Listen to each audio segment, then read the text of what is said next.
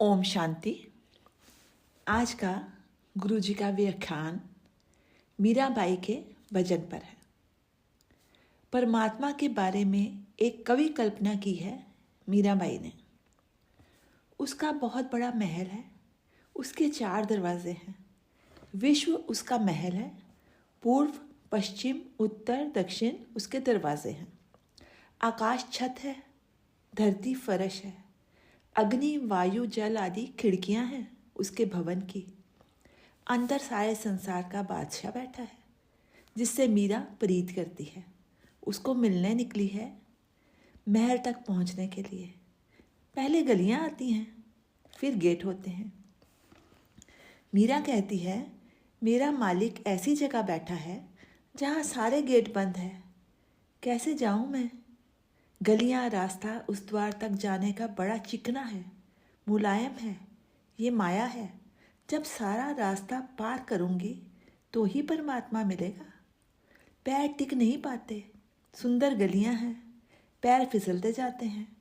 माया का रास्ता यानी मोह का रास्ता, इससे चिकना पदार्थ कोई भी नहीं है। इस मोह को पार करके जाना है। ऐसी चिकनी गली भर से गुजर कर जाना है। मैं जैसे कोशिश करती हूँ, पैर फिसलता जाता है। मीरा यानी कि जीव की दशा।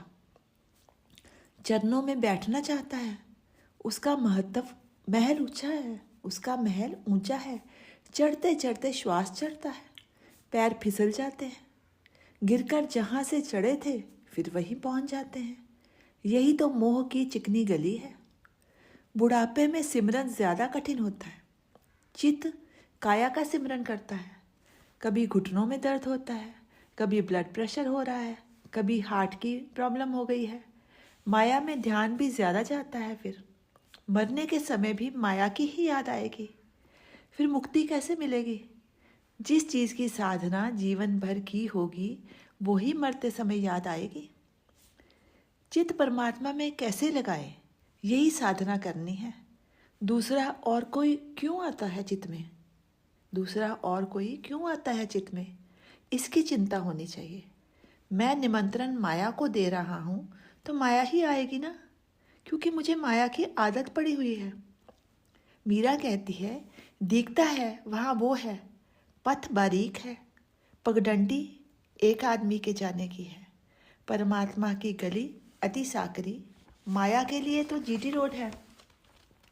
परमात्मा के रास्ते पर जाने के लिए अत्यंत बारीक गली है, टेढ़ा मेढ़ा रास्ता है और उस रास्ते पर चलना है।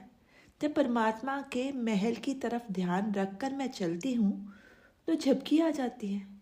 ऐसी चलती हूँ फिर गिर पड़ती हूँ। हे प्रभु, कैसी ये रचना है तेरी। तूने महल नगर बहुत दूर बसाया है। कैसी विडंबना है ये। जो दूर है वो पास होना चाहिए, जो पास है माया वो दूर होनी चाहिए। जैसे राजा के महल में खतरा होता है, दुश्मन बहुत है। इस रास्ते पर भी ऊपर से तो भगत लगता है, लेकिन होता माया का भगत है। मीरा कहती है, जगह जगह पर पहरा बैठा है, 2-2 मील पर चौकी है। पूछते हैं, तू कहाँ चली है? रास्ता महल तक जाता है। तलाशी होती है ईश्वर की। दुश्मन तो नहीं है, बताना पड़ता है मैं कौन हूँ। पेड़ पेड़ पर चोर बैठे हैं लूटने के लिए, विकार रूपी चोर बैठे हैं। मैं शांत होती हूँ, जो मेरा कोमल गहना है। इतने में क्रोध आता है, लूट लेता है। काम लोभ अहंकार लूटने आ जाते हैं। धार्मिक व्यक्ति किसी को धोखा नहीं देता, किसी की कमजोरी का लाभ भी नहीं उठाता है। मैं इन सब से मुक्त कैसे हूँ? सतगुरु बताएंगे। सतगुरु वो है जिसने सारी जिंदगी सत्य की खोज की है। अंधा बनकर किसी पर यकीन नहीं करना। मानूंगा जब तक बुद्धि ना माने, ये सच है। दिमाग ना माने तब तक नहीं मानूंगा। जीवन के ढेर के बीच में सत्य का दाना है, उसी सत्य को जानकर ग्रहण करना है। सब पुस्तकों में दाना होता है, भूसों से दाना सुरक्षित रहता है। काया का भूसा हाड़ मास है, बीच में दाना आत्मा सत्य रूपी है जो सुरक्षित रखा है। भूख लगती है जब तो दाना खोजने निकलता हूँ, तो कई बार महसूस होता है कि आत्मा मर रही है। भीतर के सत्य को खोजना है। सत्य और परमेश्वर एक ही है। समाज के विरोध को सहन करने का साहस नहीं होगा अगर, तो सत्य को खोज नहीं पाएगा। काया को भूसा चाहिए, आत्मा को दाना चाहिए। आत्मा जब मस्त हो जाती है तो परमात्मा के पास जाती है। मीराबाई कहती है, जब ताकत आ गई तो गिरना बंद हो गया। चोरों की पहचान हो गई। इन विकारों का अब कोई असर नहीं होता। बस अब तो एक ही आकर्षण है, वो दाना मिल जाए। बस सत्य की खोज ही उसका काम है। तेरे को इसलिए बुद्धि दी है कि तू स्वतंत्र वृत्ति के साथ सोच सके। तू स्वतंत्र वृत्ति के साथ तू सोच सके, लेकिन हम इस्तेमाल नहीं करते। हम अपराधी हैं।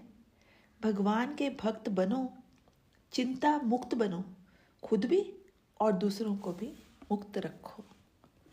ओम शांति। शेष कल।